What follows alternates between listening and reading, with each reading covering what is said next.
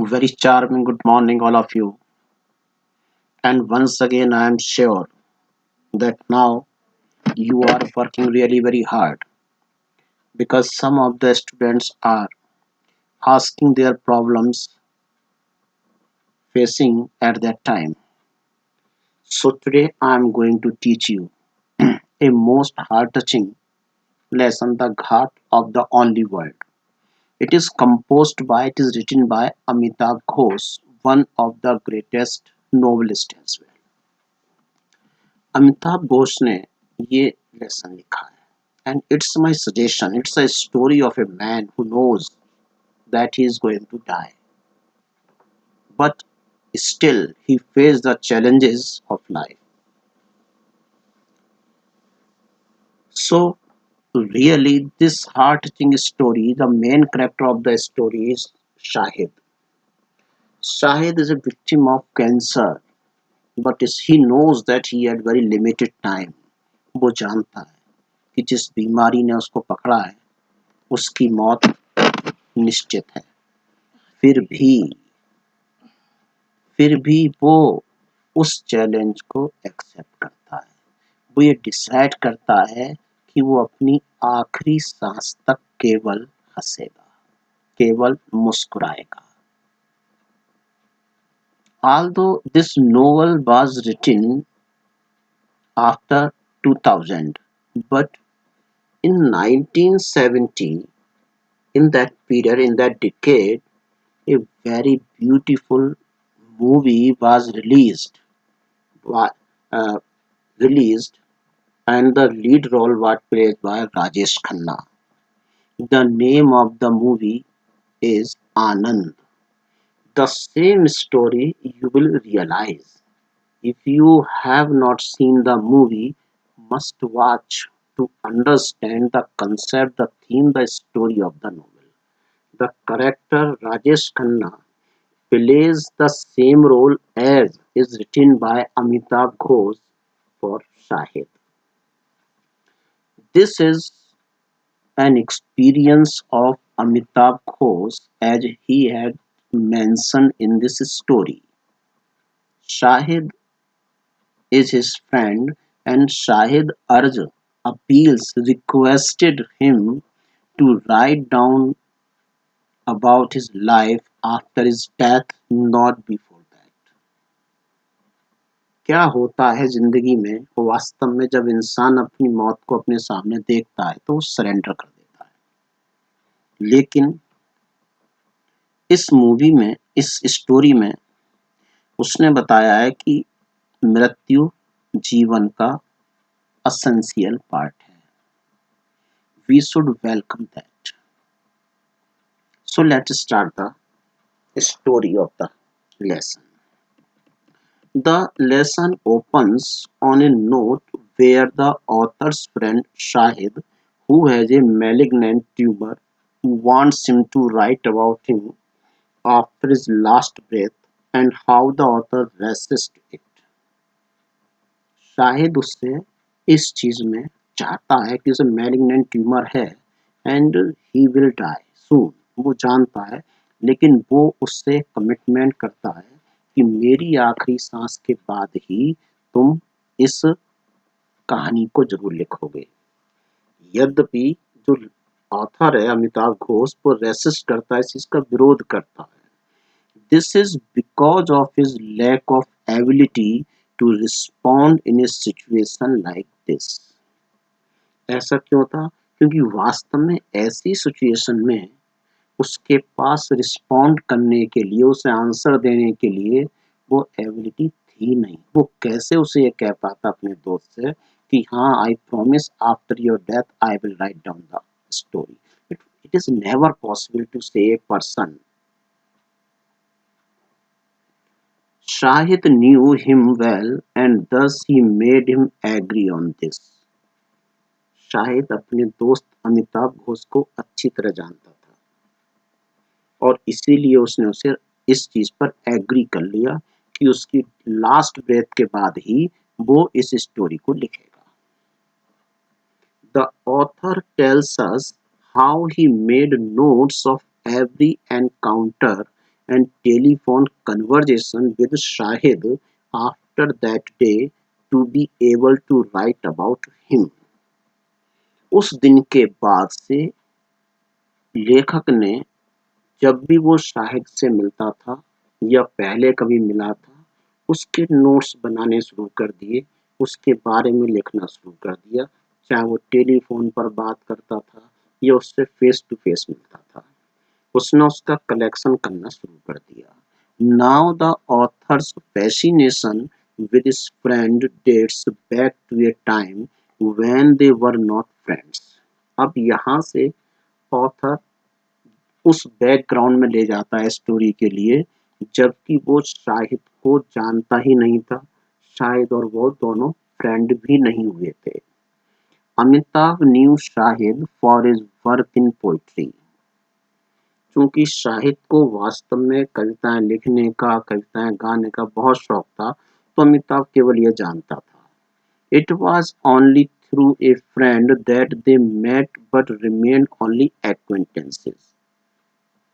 एक दोस्त की वजह से उन लोगों में आपस में मुलाकात हुई, लेकिन वो केवल एक दूर की ही पहचान बनी रही। A year later when Shahid moved to Brooklyn, Brooklyn में उसकी सिस्टर रहती थी शाहिद की। शाहिद प्रॉपर रहने वाला कश्मीर का था।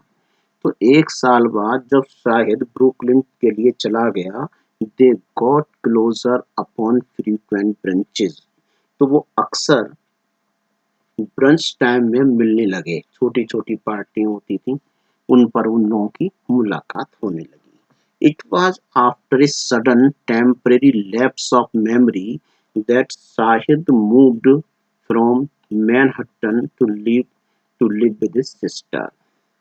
अचानक हुआ ये कि शाहिद के जो मैलिग्नेंट ट्यूमर था, उसकी वजह से उसकी जो मेमोरी थी लैप्स होने लगी, उसकी याददाश्त कमजोर होने लगी, वो भूल जाया करता था। इसलिए वो अपनी सिस्टर के पास मैनहट्टन में रहने के लिए चला गया। The author mentions one such day when he went along with Shahid siblings to pick him up from the hospital after his surgery। अब ऑर्थन ने इस चीज को मेंशन किया जब वो शाहिद के एक भाई के साथ, रिश्तेदार के साथ में उसे हॉस्पिटल से सर्जरी के बाद में लेने गया था। उसकी एक सर्जरी हुई थी, उसको एक ऑपरेशन करा गया था शाहिद का, तो उसके लिए वो लेने गया था। Shahid refused to take the help of a wheelchair, claiming that he is still fit to trust his toes. क्योंकि ऑपरेशन के बाद में वीकनेस तो होती है, बट शाहिद ने व्हील चेयर पर जाने को बिल्कुल मना कर दिया। उसने क्लेम किया कि उसे अपने घुटनों पर भरोसा है। He is capable to move upon himself. तो उसने पैदल वहां से निकला। Upon seeing him lose his balance, they called the escort back। अब वो चल तो गया, उसके अंदर विल पावर तो थी, but physically he was not fit. केवल स्ट्रॉन्ग विल पावर से काम नहीं चलता, फिजिकल स्ट्रॉन्ग होना भी जरूरी था, और ऑपरेशन के बाद में वीकनेस हो जाती है तो उसका बैलेंस गड़बड़ाने लगा। He was unable to move properly. इसलिए अमिताभ और उसके भाई ने तुरंत एस्कॉर्ट को वापस बुला लिया व्हील चेयर के साथ में। Shahid, being full of life, got excited upon knowing that the guy knows Spanish, as he had always wanted to learn the language। Wheel chair से उसको वो लेकर आए बाद में। शाहिद वास्तव में अपनी जिंदगी को सबसे बढ़िया तरीके से जी रहा था। वो स्पेनिश लैंग्वेज को सीखना चाहता था, और उसके मन में स्पेनिश लैंग्वेज सीखने की बहुत ज्यादा एक्साइटमेंट था। Shahid and the author had a great deal in common. सही मायने में शाहिद और अमिताभ घोष में, दोनों के नेचर में, दोनों की हैबिट्स में कई चीजें कॉमन थी। To quote a few, they had common love for Indian dishes like rogan josh and rogan josh. था क्या कि उनका अपना जो खाने की जो डिशेज थी, जो इंडियन डिशेज थी, वो बड़ी कॉमन थी अमिताभ घोष की और शाहिद की। उन्हें रोगन जोश बहुत ही पसंद था। रोगन जोश जोश जो है ये कश्मीरी फूड है और ये बहुत ही पसंद करते थे दोनों। And shared indifference towards cricket, और दोनों का जो इंडिफरेंस लुक था क्रिकेट के लिए बिल्कुल सेम था। तो उनकी अपनी जो हैबिट्स थी, नेचर था, वो बहुत कॉमन था। Despite knowing where his disease was going to take him, Shahid always surrounded himself with people which according to him gave him no time to be sad। शायद जानता था कि उसकी जो बीमारी है वो उसे कहाँ और किस ओर लेकर जा रही है। उसके बावजूद वो हमेशा अपने आसपास कई लोगों को इकट्ठा रखता था, उनको फीस्ट देता था, उसे खाने पीने का बहुत शौक था। तो डिफरेंट तरीके की डिशेस को बनवाता रहता था। उसे हर चीज़ का पता था कि किस डिश में कौन सा कितना मसाला पड़ना चाहिए। वो उस तरह से अपना रूम में बैठा-बैठा गाइडलाइन देता रहता था। उसके फ्रेंड सर्किल में लोग उसके आस-पास रहते थे। उसका पर्पस केवल ये था, वो ये जानता था कि अगर मैं अकेला रहा तो मैं सैडनेस उसको कवर अप कर लेगी। मेरी बीमारी की वजह से मैं टेंशन में रहूँगा। इसलिए वो हमेशा अपना जितना समय था वो दोस्तों के साथ हँसने मुस्कुराने में बिताना चाहता था। There used to be a party in his living room almost daily with a person or two in the kitchen cooking his favorite rogan josh. इसलिए उसके यहाँ एक रेगुलर पार्टी चलती थी। एक या दो व्यक्ति हमेशा किचन में कुकिंग करते रहते थे। जो उसकी फेवरेट डिश होती थी रोगन जोश या और भी कुछ, वो उसके हिसाब से वो बनाते थे। और वो बाहर बैठा-बैठा केवल ये उसकी स्मेल से जो फ्रेग्रेंस आती थी कुकिंग की, उससे पहचान लेता था कि अभी इतना टाइम बाकी है इसको कुक अप होने में। ये उसकी सबसे बड़ी खासियत थी। तो उसकी इन चीज़ों पर बहुत अच्छी एक कमांड थी। While he gave direction amidst his partying, he talked endlessly about his favorite ghazal singer and her stories of witty replies।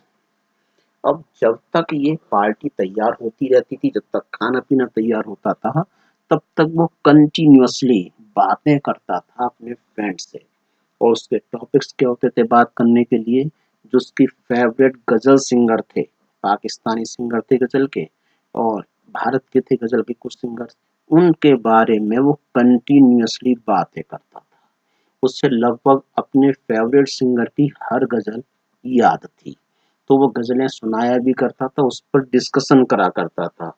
And her stories of witty replies, और उनकी कहानियों के बारे में भी बातें करता था। बड़ी बुद्धिमत्तापूर्ण उनके जवाब भी दिया करता था वो। वंस एट बार्सिलोना एयरपोर्ट, एक बार बार्सिलोना एयरपोर्ट पर he too replied bitterly to the security guard and made a mention about it in his poetry। Barcelona airport पर सिक्योरिटी गार्ड्स के लिए भी उसने एक इसी तरह से रिप्लाई कर दिया और इस चीज को उसने अपनी पोएम में जो उसने लिखता था उस पोइट्री में भी उसने मेंशन किया। इतना उसका दिमाग था, इतने परफेक्ट एक्सपर्ट था, परफेक्ट पर्सन था Shahid. The author then talks about how the prevailing situations in Kashmir affected him। Writer जब जाता था उसके पास तो उससे कई तरह की बातें करता था। तो वो ये पूछता था राइटर उससे कि कश्मीर में जिस तरह की सिचुएशन अब प्रिवेल हो रही हैं, फैल रही हैं, उसका उस पर क्या प्रभाव पड़ रहा है। वो कश्मीर की जो प्रेजेंट सिचुएशन है उसका उसके माइंड पर क्या प्रभाव, क्या महसूस करता है। He wrote a lot of poetry about Kashmir, और उसने शाहिद ने वास्तव में कश्मीर पर, कश्मीर के बारे में, कश्मीरियत पर बहुत सारी पोएम्स लिखी थी। And thought that politics and religion should act separately. और वो ये सोचता था कि वास्तव में जो राजनीति और धर्म, इन दोनों को अलग-अलग काम करना चाहिए। अगर पॉलिटिक्स में रिलीजन अटैच हो जाता है, तो कहीं न कहीं फिर discrimination grew up होता है, and that creates a hazard. So he used to think about that politics and religions are the separate parts and they should be treated separately. He felt that people must stay united despite religion. और उसकी सबसे बड़ी thinking क्या थी? इनकी कश्मीर में जहाँ हिंदू भी हैं, मुस्लिम भी हैं, लोगों को हमेशा यूनाइटेड वे में रहना चाहिए, एक रहना चाहिए, धर्म को अलग करने के बाद। धर्म के आधार पर उनमें सेपरेशन नहीं होना चाहिए, ये शाहिद की सोच थी। He gave the credit of this way of thinking to his upbringing, और उसने वास्तव में इस चीज को जो क्रेडिट दिया कि उसका जो वे ऑफ थिंकिंग है वो क्यों है, क्योंकि जो आने वाली उसकी जनरेशंस हैं उन लोगों की सोच उसी प्रकार से आगे बढ़ रही थी। The author mentions how he wished to be in Kashmir while taking his last breath, but could not due to logistical issues. लेखक ने यही बताया कि वास्तव में शाहिद ये चाहता था कि उसकी जो लास्ट ब्रेथ है, जो उसकी आखिरी सांस है, वो उसकी बर्थ प्लेस कश्मीर में ही हो। वो चाहता था कि मैं आखिरी समय में कश्मीर जाऊं और मेरा अंतिम सांस कश्मीर में ही हो, लेकिन उसकी मजबूरी क्या थी कि कुछ लॉजिस्टिकल इश्यूज थे जिनकी वजह से इट वाज नॉट पॉसिबल, उसकी कंडीशन ऐसी हो चुकी थी कि it was not possible to shift him to Kashmir, उसे कश्मीर में नहीं ले जाया जा सकता था, इसलिए मजबूरी बन गई, वो इशू जैसे बन गए, इसलिए he had to stay there in Manhattan. He took his last breath in his sleep, leaving a void in the author's life. जब वो सो रहा था while sleeping, उसी सोते सोते ही उसकी अंतिम सांस हुई थी, लास्ट ब्रीथ थी उसकी, और वास्तव में वो राइटर्स को जीवन में एक अकेलापन छोड़कर चला गया। Recently, we have noticed within 24 hours there is a great shock for India as well, I suppose, because Irfan Khan, a versatile actor, has lost his life. He could not survive against cancer. On the other hand, 24 hours were not completed. Rishi Kapoor, the legendary actor, he has also surrendered before cancer. Both the great personalities has died. So cancer is a really uncurable disease, I think. So Shahid expired while sleeping. The author is left thinking how a bond of such a short duration can have such a lasting impact. लेखक केवल ये सोचता रहा कि वास्तव में जो एक शॉर्ट ड्यूरेशन का बॉन्ड था, इतने कम समय वो एक साथ रहे, उसका जीवन के अंतिम क्षणों तक इम्पैक्ट कैसे पड़ सकता है। होता है लाइफ में कुछ लोग ऐसे मिलते हैं जो हमें लाइफ टाइम याद तो रहते हैं, बेशक उनसे कभी दोबारा हम मिल पाए या ना मिल पाए, लेकिन जो उनका इम्पैक्ट होता है वो वास्तव में लाइफ के लास्ट मोमेंट तक भी रहता है। So it happens in human life and it is essential, I think, तो अमिताभ घोष ने जो ये स्टोरी लिखी, ये रियली बहुत ही हार्ट टचिंग स्टोरी है। तो शाहिद की इस कहानी को सिर्फ एक सॉन्ग, तो शाहिद बस यही चाहता था कि वो जब इस दुनिया से जाए उस समय वो स्ट्रेस में ना हो, और उसने अपनी लाइफ को ये जानने के बाद कि now he had only counted days, he had only counted moments, he enjoyed the last breath. ये उसका अपना था। He welcomed his death as he welcomed his own life. So, dear student, word meanings of the lesson: lucid, understandable, that can be understood, that is lucid. At odds, in conflict or at variance. Chocolatey, said or done as a joke. Chocolatey, as a joke. Quizzical, indicating mild or amused puzzlement, that is called quizzical. Next is innocuous, not harmful or offensive, that is innocuous. Malignant, malignant means dangerous, uncontrollable. Bereavement, loss or deprivation, grief or sorrow, that is bereavement. To speak in a bardic register, to speak in a bardic register means a poetic style. Conceive, form a plan or idea in the mind, that is called conceive. Trivial, of little value or importance, that is trivial. Impede, delay or prevent something by obstructing it, hinder, impede. Ponence, points the quality of evoking a keen sense of sadness, that is points. In this word, G is silent. Conviviality, the quality of being friendly and lovely, that is known as conviviality. Sorcerer, sorcerer, a person who claims or is believed to have magical powers. Yesterday I have taught you a lesson, Mother's Day. Mother's Day में जो character था Mrs Fitzgerald का, तो Mrs Fitzgerald को हम sorcerer भी कह सकते हैं, because she knows that she had some magical powers. Richard. Transmute, change in form, nature or substance, that is called transmute. And transmigration, change of soul in other bodies. Mundane, lacking interest or excitement, dull.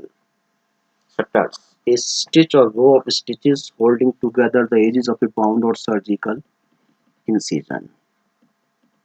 Lorca, Grogia, buckle, rapture, gregariousness, caravan, square, boys, door. So these are the main word meanings of the lesson. You can note down them and now pay attention here at the question answer. First question is, what impressions of Shahid do you gather from the piece? Shahid was a man full of life and spirit. An excellent poet, he wrote amazing pieces. He was known for his hospitality and everyone loved going to his parties. He was very fond of the company of others. He had the ability to change the dull and ordinary into bright and remarkable. An excellent scholar as he was no less good a teacher. He was also very fond of cooking and appreciated authenticity and precision when it came to food. A few instances imply that he was a man with a good sense of humor. He was sensitive towards the political environment. He was deeply connected to his roots and thus wanted to take his last few breaths in Kashmir.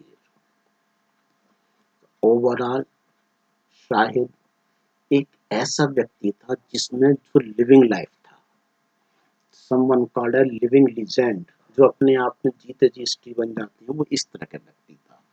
Excellent poet था और वास्तव में party को कैसे organise करते हैं he knows very well. हमेशा दूसरों की कंपनी का ही फर्स्ट शौकीन था वो, इसलिए लोगों को इनवाइट करता था और जिस पार्टी में पहुंच जाता था वहां कभी भी डलनेस नहीं होती थी। कुकिंग का बहुत शौक था और सही मायने में सेंस ऑफ ह्यूमर में जबरदस्त था। अपनी मिट्टी से हमेशा जुड़ा हुआ था, बेशक मैनहट्टन पहुंच गया था लेकिन कश्मीर को हमेशा याद करता था। उसकी पोइट्री जितनी थी it was based on Kashmir. How do Shahid and the writer react to the knowledge that Shahid is going to die? Shahid ने और राइटर ने कैसे रिएक्ट करा इस चीज को कि शाहिद अब मर रहा है। The fact that Shahid malignant tumor was going to consume him affected both of them quite differently. दोनों ही जानते थे कि उसका जो malignant tumor है उसे कवर अप कर रहा है। Shahid was content and calm upon hearing it. वो बिल्कुल शांत था। The fact that his disease was taking its toll on him did not keep him away from living life like it was a celebration. वो ये जानता था कि जितना उसका समय है उसको वो बीमारी नहीं ले सकती, इसलिए जो बचा हुआ समय है वो उसको सेलिब्रेशन के लिए है। He was full of life and was joyful. He wanted Amitabh to write about him after he died, whereas on the other hand, the author tried to delay the acknowledgement of the fact that his dear friend's end was near. Nor did he accept to write about him at first because of his lack of ability to respond in such a situation. Shahid knew Amitabh would try making all excuses to keep himself away from writing after something tragic and thus he put them all away while he was alive. तो इस तरह से उसने अपने friend Amitabh Ghosh को ready करा था कि he will write after his death and later on Amitabh Ghosh agreed. तो उनका डिफरेंट वे था लाइफ के लिए। Look up the dictionary for the meaning of the word diaspora. What do you understand of the Indian diaspora from the piece? Diaspora means the dispersion or spread of any people from their original homeland to another country.